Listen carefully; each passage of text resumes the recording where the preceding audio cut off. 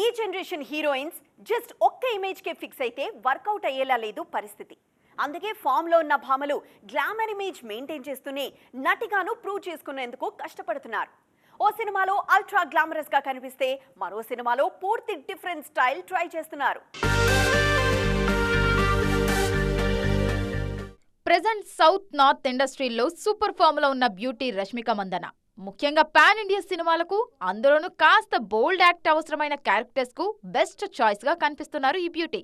అలా అని just bold and commercial heroine అన్న ట్యాగ్ కే ఫిక్స్ అయిపోవటం లేదు రష్మిక.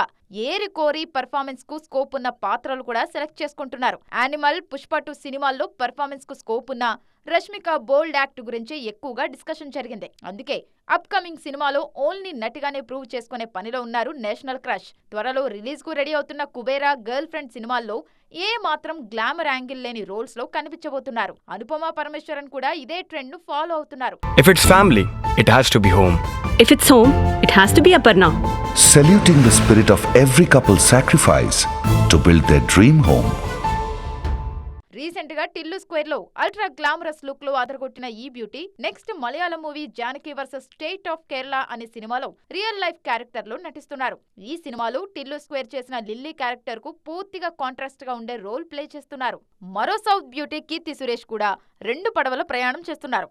ఆల్రెడీ లేడీ ఓరియంటెడ్ సినిమాలతో మంచి నటిగా పేరు తెచ్చుకున్న ఈ బ్యూటీ ఛాన్స్ దొరికినప్పుడల్లా గ్లామర్ యాంగిల్ చూపించేందుకు ట్రై చేస్తున్నారు.